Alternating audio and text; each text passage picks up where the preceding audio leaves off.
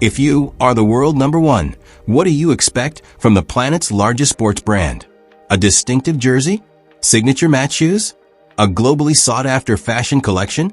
Aryna Sabalenka, women's world #1, 3-time Grand Slam champion, dominating every surface. What does she get from Nike? A basic $35 t-shirt, released exclusively in France. No signature shoe.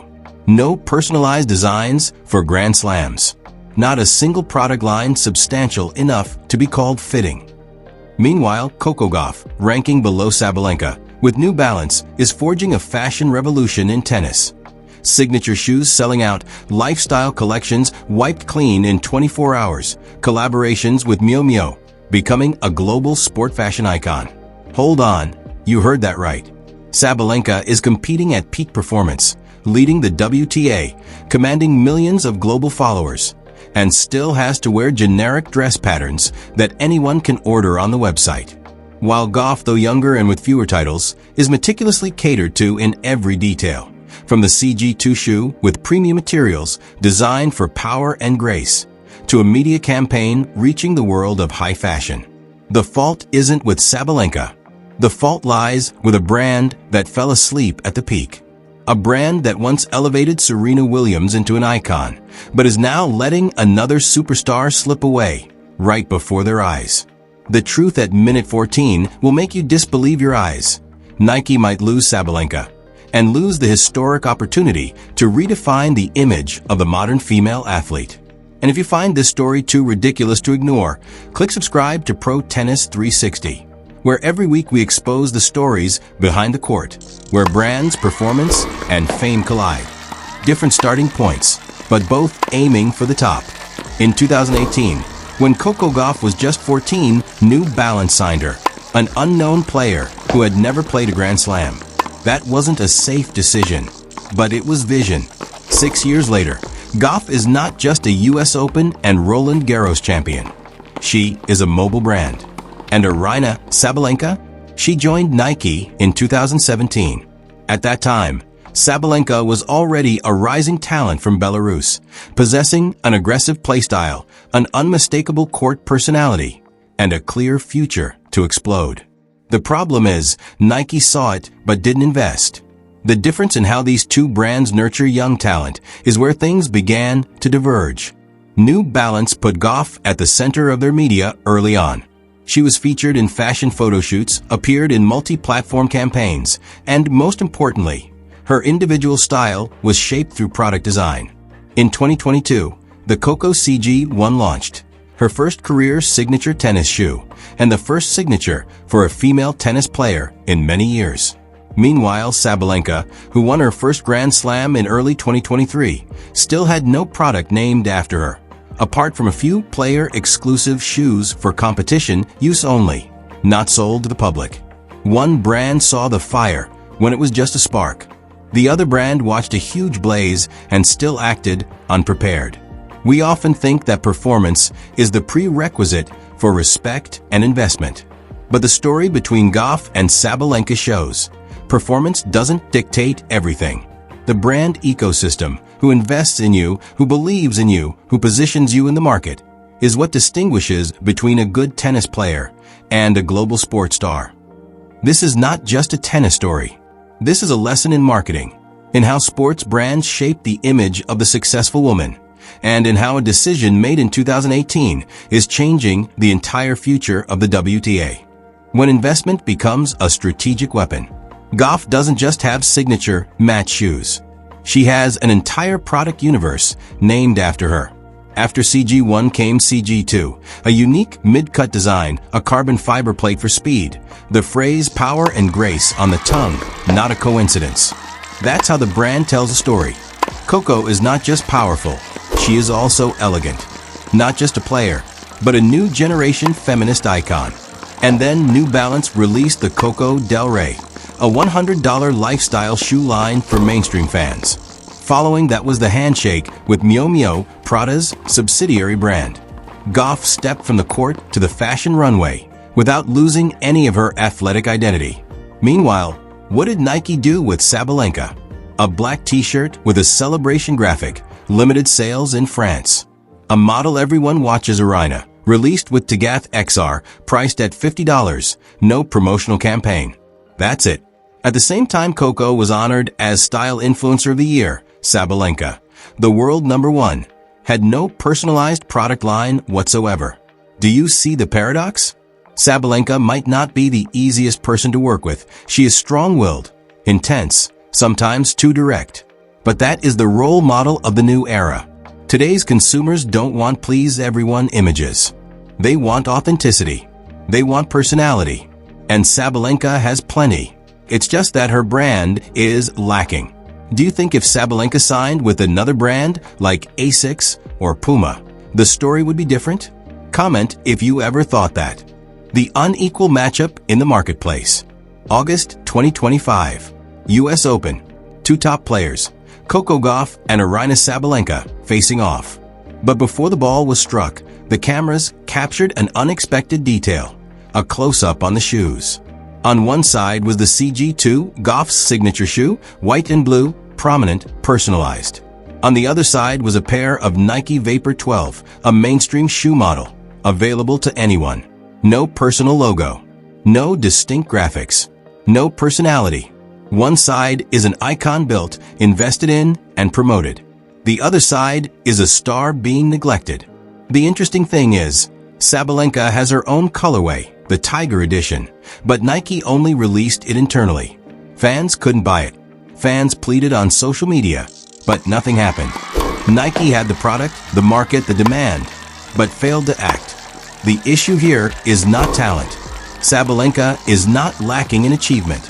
She is the world #1, with the most titles in the past 2 years. Nearly 3 million Instagram followers. She deserves every marketing privilege. The problem is, Nike doesn't see, or doesn't want to see, the opportunity. Comparing Gauff and Sabalenka, you will see one clear truth. This is not tennis, it is commerce. And in that commercial battle, the brand that invests at the right time will always win. Have you ever seen a brand slow to act and pay a heavy price? Share it in the comments section. When fans must speak up for the athlete. The saddest part? Sabalenka knows it, and she spoke up. In an interview late in the 2025 season, she stated bluntly, "Nothing special for me. Next season, maybe 2027, will be different." She smiled, but viewers couldn't help but feel the bitterness. Fans were outraged. On Instagram, Twitter, and tennis forums, hundreds of comments named Nike, demanding a change. Sabalenka deserves better. Why is the world #1 being treated like a mid-tier player? There was even a hashtag campaign. Hashtag Give Aryna her due. The anger doesn't stem from bias, but from evident injustice. If you are the #1 player, winning constantly, inspiring millions, but still not valued by the very brand you represent, what else can you expect? Meanwhile, New Balance clearly understands brand value. They know Gauff is not just a player, but an icon representing the new generation. Young, multicultural, dynamic. They invested early, walked with her every step of the way, and are reaping the rewards. Sabalenka did everything right. She competed. She won. She appeared in photo shoots. She inspired. She did nothing wrong. But she was not given the opportunity. And if Nike doesn't act quickly, they will lose more than an athlete. They will lose the trust of a generation of fans. What would you do if you were Sabalenka? Stay or switch to another brand? Nike, king in basketball, loser on the tennis court? When looking at how Nike treats athletes in other sports, everything becomes even more unacceptable. LeBron James had his own product line from his second year. Kevin Durant, Giannis Antetokounmpo, Sabrina Ionescu all have signature shoes. Even Ja Morant received his own shoe before the scandal broke out. In the world of basketball, Nike is the king of investment. They understand that personal branding creates revenue. Products are tied to the athlete's personality, and fans will buy if they feel a connection. But why is that principle not applied to tennis? Serena Williams was the exception. She had her own collection, exclusive designs, even a fashion show at New York Fashion Week in collaboration with Nike. But Serena was not just a player, she was a cultural icon that forced Nike to act. Sabalenka is not lacking in personality. The nickname the Tiger, the Belarusian Tiger, has become her unofficial brand, appearing in her match shoe colorways. But Nike has never commercialized that image seriously. They are missing something important. Tennis is a niche market with great cultural spread potential. Those who buy basketball shoes are not just NBA fans. And those who buy tennis shoes don't necessarily have to be tennis players. Modern sportswear has no boundaries. If Sabalenka had her own Tiger, shoe line, sharp graphics, strong colors, premium materials, do you think people would buy it? Remember, fans aren't asking for handouts. They are ready to spend money if the product is worth it. Do you think Nike has a blind spot in tennis? Leave your thoughts below. What Nike is missing? The opportunity from a global star. Sabalenka is not just the world #1 player. She is a potential global brand. From her intense playstyle to her emotional outbursts on the court, Sabalenka has every element to be an advertising face. Strong expressions, decisive gestures, meme-friendly, highly viral. She has a loyal fan base across Europe, especially in Eastern Europe, where tennis is a top-ranked sport. And in the US, she is gradually becoming a household name in Grand Slams. The image of the Tiger is not just a nickname, it's a complete concept.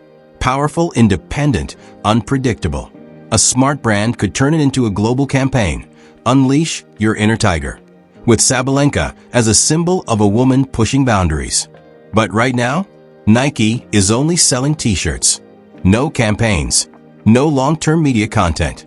No image strategy. And more importantly, no listening to the community.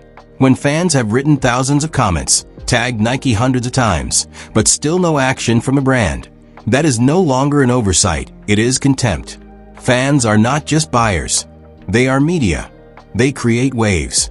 They decide if a product is hot or flop. If Nike wants to maintain its position in tennis, they cannot continue with the big brand silence. If you were the Nike brand manager, what would be the first step you would take with Sabalenka? Write it in the comments. We will feature the best response in the next video. Signs of an unavoidable breakup? Given the current situation, the most likely scenario is not Nike changing. It is Sabalenka leaving. Sponsorship contracts always have an expiration date. And if you are Sabalenka, you have fulfilled your obligations. Top performance, winning titles, photo shoots, full appearances. You kept your end of the commitment. But what about Nike? They failed to create a product line, media campaigns, or utilize her personal image. In a world where every athlete becomes an influencer, Nike's silence feels like a direct rejection. The question is, who will step in if Sabalenka leaves? Adidas once had Angelique Kerber. Asics needs a strong female representative. Lululemon wants to penetrate tennis. Even a young brand like On Running, backed by Roger Federer, could recruit her. A new brand, daring to invest correctly, could turn Sabalenka into the commercial female Federer. And at that moment, all that Nike will be left with are a few t-shirts and regret. Tennis fans are no strangers to brand transfers. But rarely is there one as symbolic as this. The world #1 neglected and ready to be elevated by another brand. Which brand do you think Sabalenka should join if she leaves Nike? Vote by commenting the name of the brand you trust the most. A story bigger than tennis. The story between Sabalenka and Nike is not just a contract dispute. It is a prime example of the gap between the world of female athletes and how brands are still out of sync in investing in them. In basketball, a potential male athlete can have their personal brand built from their second year. But in women's tennis, you can be the world #1 and still have to wear generic wear. The question is no longer are you good enough to be invested in, but do you fit the brand's old mold? Sabalenka is not safe. She screams when she scores, smashes her racket when she loses, and celebrates like a warrior. But those very things make fans love her. She doesn't craft an image. She lives authentically. And that's why millions follow her. Modern brands cannot keep looking for a perfect fit. They need to learn to embrace personality, not polish it away. If Nike wants to maintain its market share in women's tennis, they need to act, not ignore. Do you agree or disagree with this assessment? Comment yes if you want to see Sabalenka get her own signature line. And if you are looking for analyses like this every week, subscribe to the Pro Tennis 360 channel, where not just scores, but also the backstage stories are dissected to the core. When prejudice becomes an invisible barrier, there is a truth few dare to speak. Brand prejudice against female athletes still exists, although no one may publicly admit it. Coco Gauff, young, American, polite, clearly defined, is easy to invest in. Sabalenka, Eastern European, powerful, unreserved, is unpredictable. And in the world of big brands, unpredictable often equals risk. But that is precisely what is debatable. Should only those who fit the Western standard deserve global brand support? If Nike truly believes in the value of global sports, they need to prove it with action, instead of continuing to choose the calculated silence. Sabalenka is living proof of overcoming challenges from a country without strong media, without PR support, without a brand launchpad. And she still reached #1. If a brand fails to see the value in that, the problem is not with the athlete. It is with the brand itself. Do you think Sabalenka is being overlooked due to regional prejudice? Or is it just a business strategy? Leave your honest thoughts. And don't forget, if you find analyses like this valuable, click subscribe to Pro Tennis 360. We always dig deeper than the surface of events. Sabalenka deserves better. You might not be a Sabalenka fan. You might prefer a softer playstyle or admire brand-friendly names. But after 20 minutes of analysis, you can hardly deny one thing. She deserves recognition, both on the court and on the sales shelf.